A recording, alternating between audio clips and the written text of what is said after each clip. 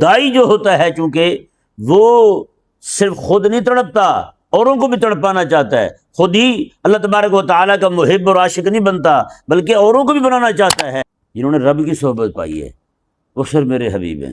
اللہ تبارک و تعالیٰ کا دیدار جسے ملا ہے وہ بھی دائی ہیں، اور پوری اس زمین کے اندر، پورے اس کرہ کے اندر کسی کو اللہ تعالیٰ کے ساتھ ہم کلامی کا شرف ملا ہے تو وہ بھی اللہ تبارک و تعالیٰ کے دائی حضرت موسیٰ علیہ السلام۔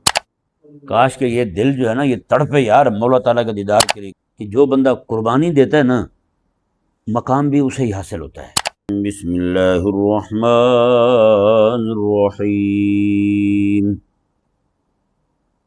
واصبر وما صبرك إلا بالله ولا تحزن عليهم ولا تك في ضيق مما يمكرون۔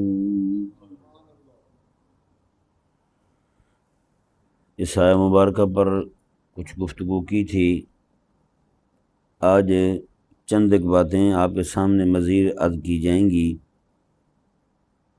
للہیت اور باللہیت میں کچھ کلام کیا تھا۔ للہیت جو ہے اس میں لام جو ہے وہ تملیک کا ہے، یعنی بندہ مومن جو ہے وہ اپنا عمل اللہ کے لیے کرتا ہے، اللہ تعالیٰ کو راضی کرنے کے لیے کرتا ہے۔ اور یہاں باللہ جو لایا گیا ہے اللہ تبارک و تعالیٰ کے کلام میں، مطلب اس آیہ مبارکہ کا یہ ایک بار میں ذرا دوبارہ کھول دوں تاکہ بات سمجھنے میں آسانی رہے۔ کچھ دن ہو گئے ہیں اس پر کلام کو۔ اللہ تعالیٰ نے ارشاد فرمایا وَاصْبِرْ وَمَا صَبْرُكَ إِلَّا بِاللَّهِ، فرمایا کہ حبیب آپ صبر کریں، وَمَا صَبْرُكَ إِلَّا بِاللَّهِ، اور آپ کا جو صبر ہے یہ محض اللہ کی دی ہوئی ہمت سے ہے۔ جی جو بات میں آپ کے سامنے رکھنا چاہتا ہوں وہ ترجمہ یوں بنے گا، وَاصْبِرْ، حبیب آپ صبر فرمائیں، وَمَا صَبْرُكَ إِلَّا بِاللَّهِ، آپ کا صبر کرنا جو ہے وہ اللہ تبارک و تعالیٰ کے ساتھ کی وجہ سے ہے۔ اللہ ساتھ ہے آپ کے، اس لیے آپ سے صبر کرنا آپ کے لیے یہ ممکن ہو پایا ہے۔ اس دن میں نے ایک جملہ بولا تھا کہ صبر جو ہے تکلیفوں پر، اذیتوں پر، پریشانیوں پر یا تو کملہ کرتا ہے یا پھر کامل کرتا ہے یا نہیں تو آپ اپنے ارد گرد دیکھ لیں، جو بندہ کملہ ہوگا وہ کسی شے سے پریشان نہیں ہوتا، کیا لگے گرمی سردی کا، اس کو کسی شے کی کوئی پرواہ نہیں ہوتی جو کملہ ہوتا ہے۔ اور جو کامل ہوتا ہے اس کا حساب بھی بالکل سورج کی طرح ہو جاتا ہے۔ تو اللہ نے فرمایا نا وَلَا تَكُ فِي ضَيْقٍ مِّمَّا يَمْكُرُونَ، حبیب ان کی چالوں سے آپ اپنے دل کو تنگ نہ فرمائیں۔ جو کچھ یہ چالیں چل رہے ہیں نا، جو سازشیں کر رہے ہیں، تیرے خلاف جال بن رہے ہیں، آپ پریشان نہ ہوں۔ سمجھ آیا نا؟ اب دیکھیں جیسے سورج ہے، سورج کھڑا چمک رہا ہے، اس کی تپش ایک ایک شے کو پہنچ رہی ہے۔ کیا خیال ہے جس طرح سورج وہاں کھڑا ہو کے سب کو متاثر کر رہا ہے، دنیا کی کوئی شے بھی اسے متاثر کر رہی ہے؟ سورج کی روشنی جو ہے وہ باغ میں پھولوں پر بھی پڑتی ہے، کیا باغ کے پھول جو ہیں وہ بھی سورج کو مہکا رہے ہیں؟ نہیں نا مہکا رہے۔ بارش آ جائے، گوبر پڑی ہو، دھوپ پڑ جائے اوپر سے، بدبو بڑھ جاتی ہے نا، کیا خیال ہے اس کی بدبو اسے بھی متاثر کر رہی ہے؟ نہیں کر رہی نا۔ تو داعی جو ہے وہ ایک مقام آتا ہے اللہ تبارک و تعالیٰ کی طرف سے، اس کو جب اللہ تبارک و تعالیٰ کی مصاحبت حاصل ہو جاتی ہے تو اس وقت وہ بالکل مثل آفتاب ہو جاتا ہے۔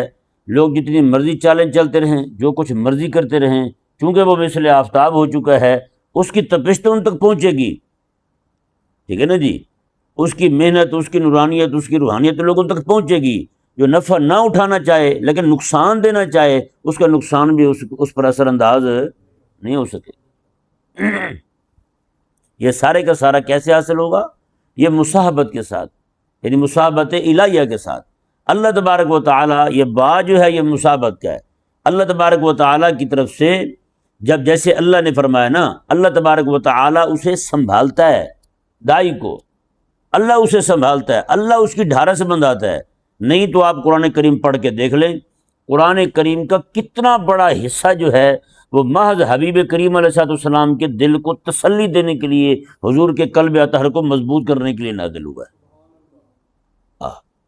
قرآن نازل ہی اس لیے ہوا ہے۔ یہی آیت مبارکہ دیکھ لیں، وَاصْبِرْ وَمَا صَبْرُكَ إِلَّا بِاللَّهِ، اللہ نہیں فرما رہا میں کہ حبیب آپ صبر کریں، اللہ آپ کے ساتھ ہے۔ یہ بات مصابت کی باللہ ہے، اللہ آپ کے ساتھ ہے۔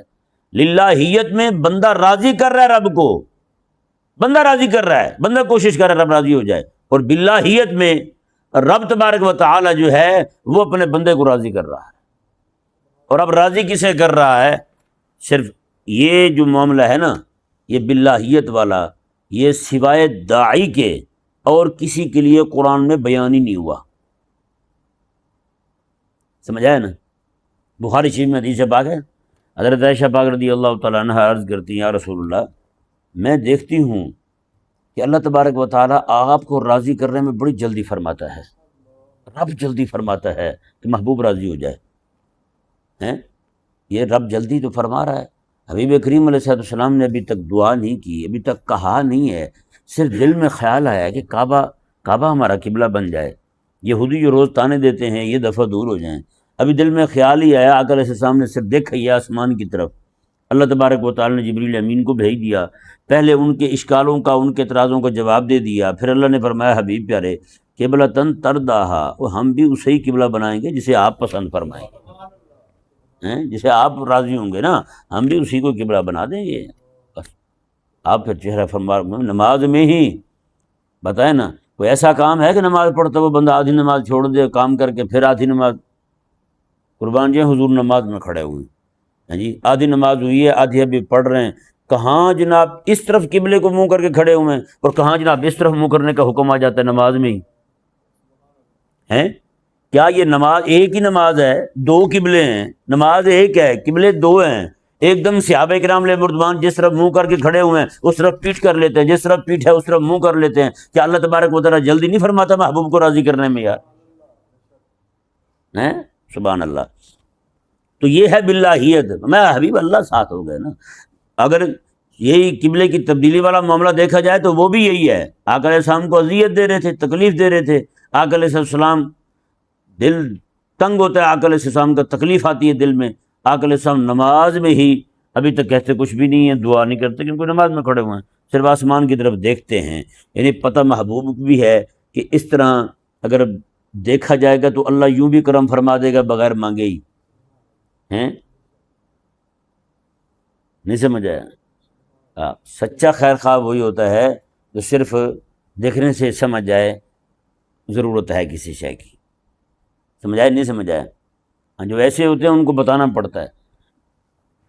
قربان جائیں، یہ جو باللہیت کا درجہ ہے یہ پورا قرآن کریم میں سوائے داعی کے کسی اور کے لیے بیان نہیں ہوا۔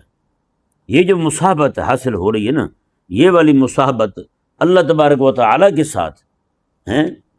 اور قربان جائیں، پوری کائنات میں انبیاء کرام علیہ السلام کے کتنے کتنے صحابی ہیں، پتہ ہے نا آپ کو؟ کتنے کتنے صحابی ہیں انبیاء کے؟ حضرت موسیٰ علیہ السلام کے کتنے صحابی تھے بھلا؟ 6 لاکھ سے زائد تھے۔ کتنے تھے؟ 6 لاکھ سے زائد تھے۔ وہ ایک الگ بات ہے کہ جس طرح حبیب کریم علیہ السلام نے 1.25 لاکھ بندوں کی تربیت کی ہے،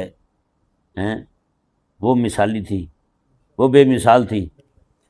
میرے آقا علیہ السلام کے صحابی جو ہیں وہ کتنے ہیں بھائی؟ 1.25 لاکھ۔ کتنے؟ 1.25 لاکھ سے زائد ہیں جی۔ اور یہ جو آقا علیہ السلام کے صحابی ہیں جنہوں نے آقا علیہ السلام کی صحبت پائی ہے وہ 1.25 لاکھ ہیں، 1.25 لاکھ سے کچھ زائد ہوں گے۔ موسیٰ علیہ السلام کی اتنے لاکھوں میں ہیں، باقی انبیاء کرام علیہ السلام ہیں، سلیمان علیہ السلام کے کتنے صحابی ہیں؟ سمجھ آ رہے نہیں سمجھ آ رہا؟ اب بتائیں، جنہوں نے نبی کی صحبت پائی ہے وہ لاکھوں میں ہیں، جب سے دنیا بنی ہے تب سے لے کر قیامت تک جس کی رب نے صحبت پائی ہے وہ صرف میرے حبیب ہی ہیں۔ سمجھ آیا نہیں سمجھ آیا؟ جنہوں نے رب کی صحبت پائی ہے وہ صرف میرے حبیب ہیں۔ رب تبارک و تعالیٰ کی بارگاہ میں جنہوں نے جاگتی آنکھوں کے ساتھ حالت بیداری میں سر کی آنکھوں کے ساتھ رب تعالیٰ کو دیکھا ہے، وہ فقط میرے حبیب کریم علیہ السلام ہیں۔ اگر غور کیا جائے اس بات پر تو یہ بھی برکت حضور کی دعوت کی ہے۔ کیا ہے؟ حضور کی دعوت کی ہے، حضور دائی ہیں۔ اچھا، قرآن کریم کا ایک اور مقام ذرا وہ بھی سن لیں۔ رب تبارک و تعالیٰ سے اس دنیا میں رہتے ہوئے ہم کلام کتنے لوگوں میں؟ اکیلے موسیٰ علیہ السلام ہے نا، کسی اور کا نام بھی ہے؟ تو موسیٰ علیہ السلام بھی دائی ہیں۔ موسیٰ علیہ السلام کیا ہیں؟ دائی ہیں۔ آقا علیہ السلام شرف ہم کلامی بھی پا رہے ہیں اور ساتھ دیدار بھی پا رہے ہیں۔ حضور دائی اعظم ہیں، کسی نے کلام کا شرف پایا ہے تو وہ بھی دائی ہیں۔ جس طرح میرے آقا علیہ السلام سخت اور کٹھن حالات میں دین حق کی دعوت لے کے کھڑے ہوئے ہیں، اس قدر اللہ تبارک و تعالیٰ نے آپ علیہ السلام کو مقام عطا فرمایا وہ مصاحبت کا۔ اور جس طرح موسیٰ علیہ السلام ایک بھائی ہیں ان کے اور ایک عصا ہے ان کے ساتھ، فرعون کے دروازہ جا کے کھٹکاتے ہیں، لو جی میں آ گیا ہوں، ہے یا نہیں ایسا؟ تو اللہ تبارک و تعالیٰ ان کو شرف ہم کلامی عطا فرماتا ہے۔ تو پیچھے بات کیا ہے یار؟ وہ بات ہے عشق کے اظہار کی۔ عشق کا اظہار کیا ہے؟ عشق کا اظہار یہ ہے، ایک بندہ وہ ہے جو رب تبارک و تعالیٰ کے ساتھ محبت کرتا ہے، اس کو محبت ہے، اللہ تعالیٰ کے عشق میں روتا ہے، تڑپتا ہے، صرف اتنے تک ہے۔ اس کا عشق جو ہے وہ متعدی نہیں ہے، آگے لوگوں کو اللہ تعالیٰ کا دیوانہ بنا نہیں رہا۔ ایک بندہ وہ ہے جس کا نہ صرف یہ کہ وہ خود اللہ تعالیٰ کی محبت میں چلتا ہے، بلکہ وہ ساتھ یہ بھی تڑپ رکھتا ہے کہ اکیلا میں ہی اس بارگاہ کا عاشق نہ بنوں، بلکہ میرے جیسے اور بھی تیار ہو جائیں، میرے جیسے اور بھی تیار ہو جائیں، جماعتیں تیار ہو جائیں۔ تو دائی جو ہوتا ہے چونکہ وہ صرف خود نہیں تڑپتا، اوروں کو بھی تڑپانا چاہتا ہے، خود ہی اللہ تبارک و تعالیٰ کا محب اور عاشق نہیں بنتا بلکہ اوروں کو بھی بنانا چاہتا ہے۔ یہ والا کام جو ہے یہ اتنا عظیمت والا کام ہے کہ اسی کے پیش نظر اللہ تبارک و تعالیٰ جو ہے وہ یوں مقام عطا فرماتا ہے۔ اب دیکھیں ذرا، میرے آقا صلی اللہ علیہ وآلہ وسلم نے ارشاد فرمایا، قیامت کے دن اللہ تبارک و تعالیٰ کے عرش پر 3 کرسیاں رکھی جائیں گی۔ ایک کرسی جلال ہوگی درمیان میں، جس میں اللہ تبارک و تعالیٰ اپنی شان کے مطابق جلوہ گر ہوگا، اپنی شان کے مطابق اللہ تعالیٰ جلوہ گر ہوگا۔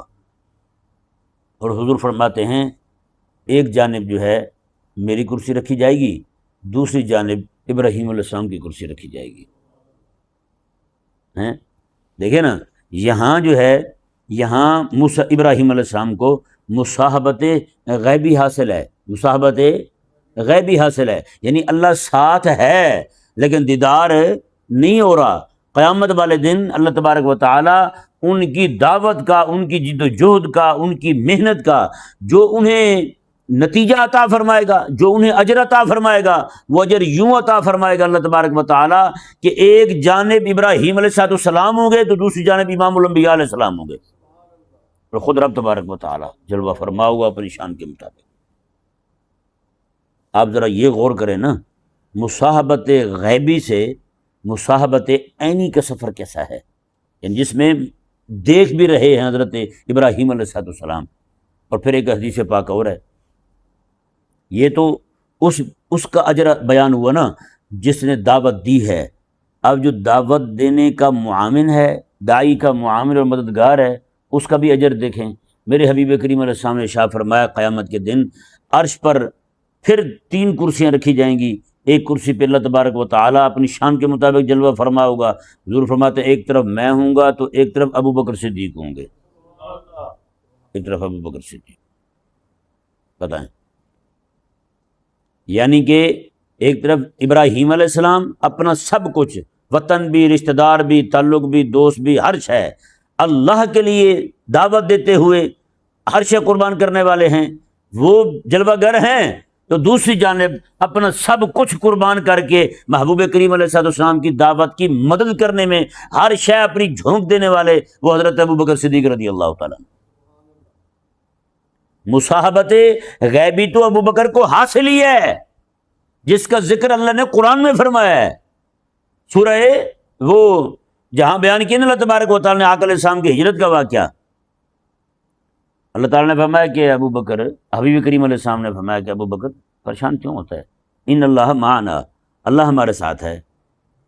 یہ مع و با مصاحبت کا سب کا معنی ایک ہے، یعنی مصاحبت جو ہے، میں کہ ابو بکر غم نہ کھا، اللہ ہمارے ساتھ ہے، ہیں تجھے دکھ نہیں رہا نا تو پریشان نہ ہو، اللہ ہمارے ساتھ ہے۔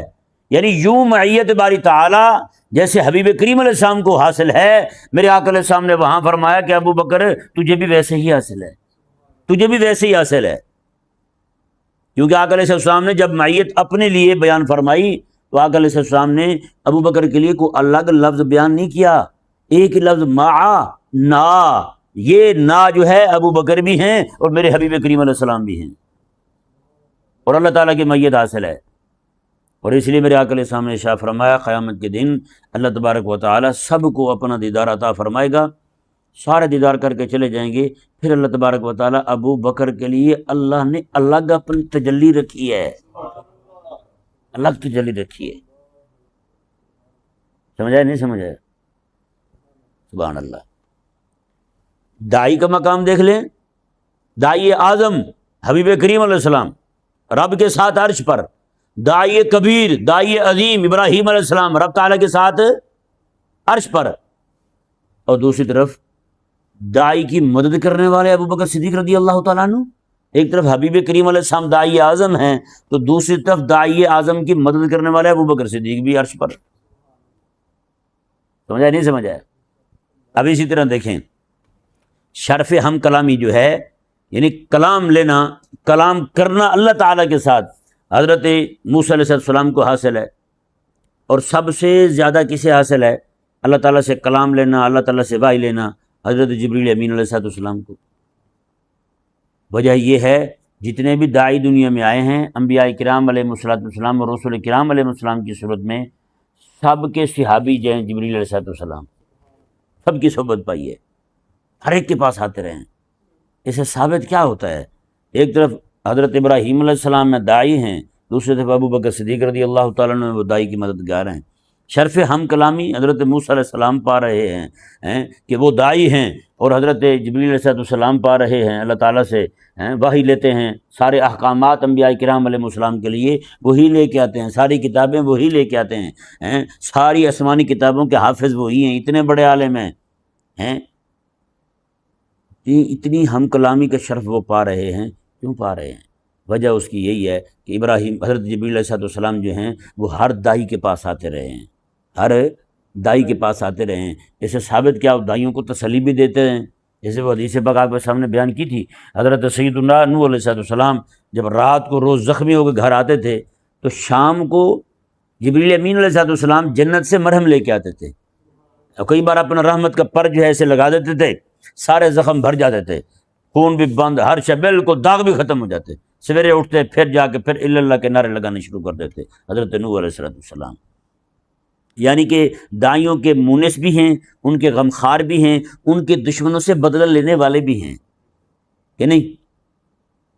یہودیوں نے یہی تو کہا تھا کہ جبریل ہمارا دشمن ہے، اس نے ہماری بڑی بستیاں تباہ کی، یہودیوں نے یہی تو کہا تھا، اتنے مددگار بن کے کھڑے رہے ہیں، ادھر ابراہیم علیہ السلام آگ میں جا رہے ہیں، جبریل آ رہا ہے، حکم فرمائے، میرے آقا علیہ السلام کو طائف والوں نے تکلیف دی، جبریل آ رہا ہے، حضور حکم فرمائے، اتنا دائیوں کا خیر خواہ ہو، قسم خدا کی، میرے آقا کیا مناسبت ہے ان میں یار، میرے آقا علیہ السلام میرے 2 وزیر زمینوں میں ہیں، 2 وزیر آسمانوں میں ہیں، میں جو وزیر آسمانوں کے ہیں سب سے پہلے حضور نے فرمایا وہ جبریل امین ہے، حضور فرماتے جو زمین کے میرے وزیر ہیں سب سے پہلے وہ ابو بکر صدیق رضی اللہ تعالیٰ ہیں۔ خیر خواہ دائی کا جیسے آسمانوں میں جبریل جیسا کوئی نہیں، ایسا خیر خواہ میرے حبیب علیہ السلام کے بحیثیت دائی کا ابو بکر صدیق جیسا بھی کوئی نہیں ہے۔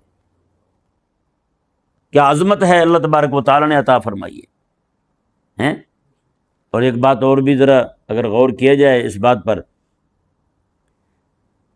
اللہ تبارک و تعالیٰ کی مصاحبت عینی، یعنی اللہ تعالیٰ کی بارگاہ کی صحبت پانا اور اللہ تعالیٰ کا دیدار کرنا، یہ سب میرے آقا علیہ السلام کو حاصل ہے اس دنیا میں رہتے ہوئے، اور آقا علیہ السلام کو بھی جو حاصل ہوا وہ بھی اس دنیا میں نہیں، حضور گو کے اس دنیا کے رہنے والے تھے، لیکن اللہ نے جو اپنا دیدار عطا فرمایا ہے وہ عالم آخرت میں بلا کر کے وہاں پہ دیدار کروایا اللہ نے حبیب کو.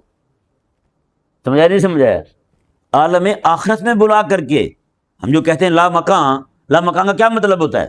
یہی تو ہوتا ہے حضور وہاں گئے ہیں، جنت کہاں پہ ہے؟ حضور جنت دیکھ آئے ہیں، باقی سارے معاملات حضور نے ملاحظہ خود فرمایا اپنی مبارک آنکھوں کے ساتھ.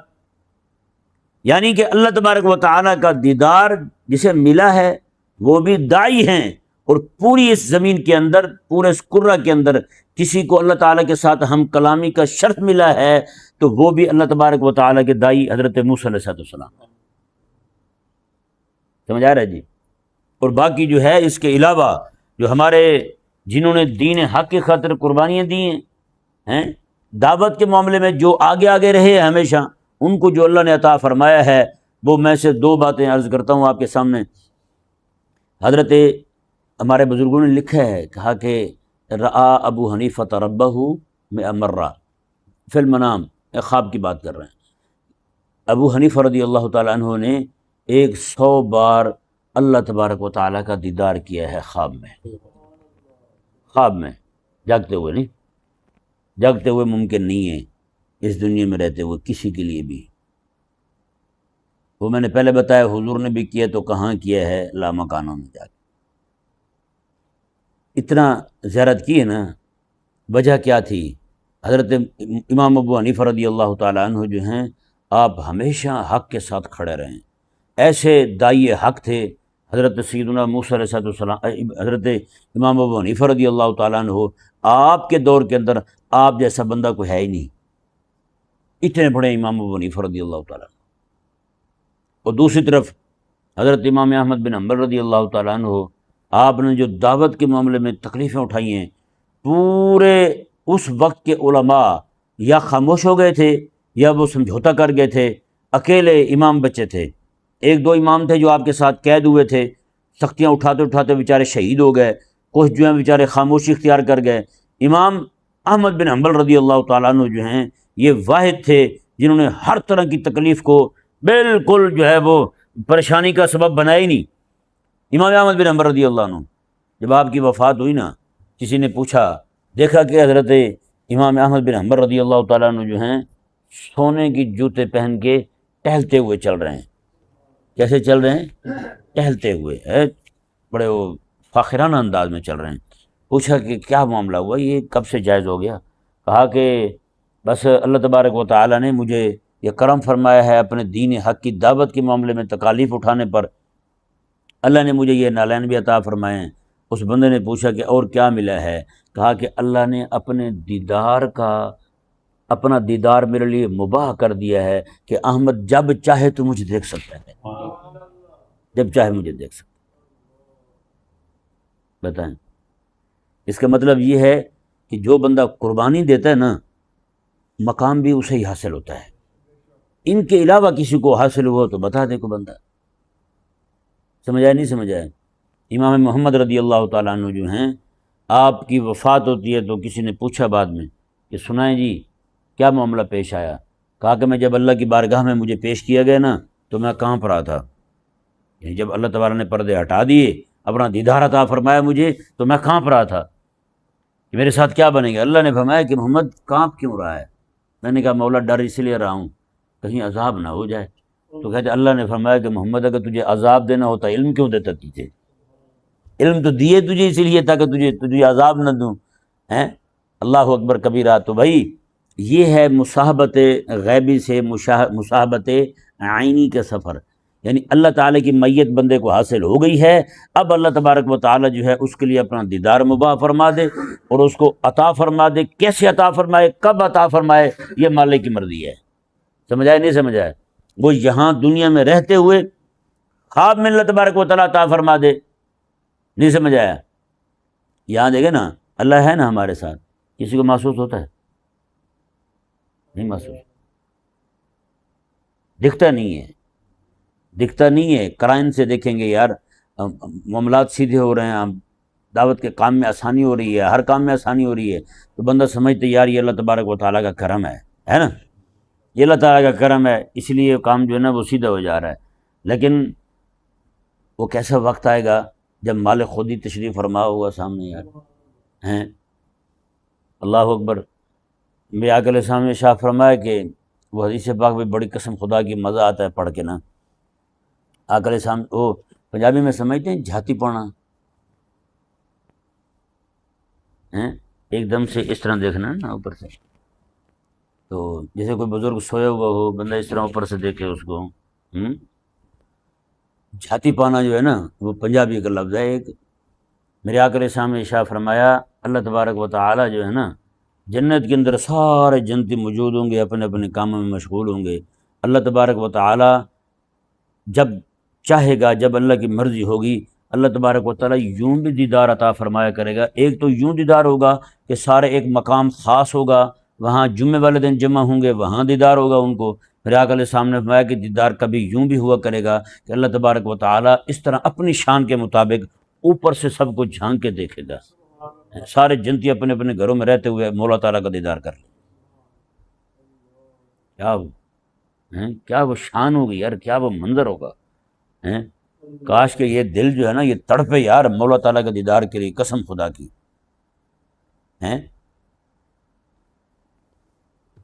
اللہ اکبر کبیرہ۔ یہ کبھی وہ منظر پڑھیں نا آپ کتابوں سے اٹھا کے، جب اللہ نے موسیٰ علیہ السلام کے ساتھ کلام کیا تھا تو زمین میں تبدیلیاں کیا آئی تھیں، زمین میں تبدیلیاں کیا آئی تھیں صرف اللہ کے کلام کی برکت سے۔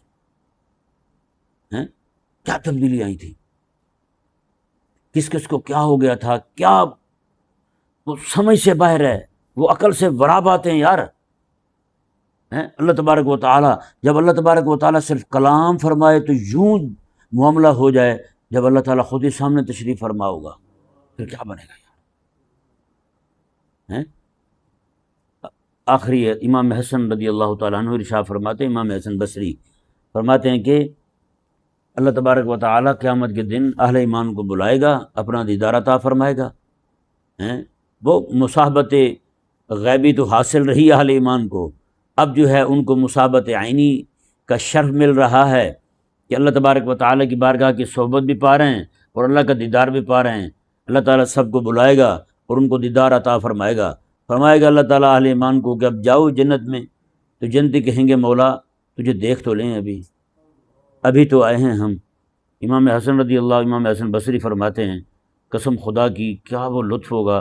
اللہ فرمائے گا اہل ایمان تم جب سے آ کے یہاں بیٹھے ہو، جب سے تم دیکھ رہے ہو اب تک کا جو وقت گزرا ہے یہ 8 لاکھ سال گزر چکے ہیں، 8 لاکھ سال، بتائیں نا کیا وہ منظر ہوگا قسم خدا کی۔ سچی بات ہے جان نکلنے والی ہو جاتی ہے جب ہم یہ سوچتے ہیں یار اچانک حضور سامنے آ گئے تو ہمارا کیا بنے گا۔ جو حضور کوئی خالق اور مالک ہے وہی سامنے آ جائے، اللہ اکبر۔ کاش کہ کبھی ہمارے دل میں تڑپ پیدا ہو جائے یار مالک کا دیدار مانگنے کی۔ اللہ تبارک و تعالی ہم سب کو اپنے دیدار سے کبھی بھی محروم نہ فرمائے بس۔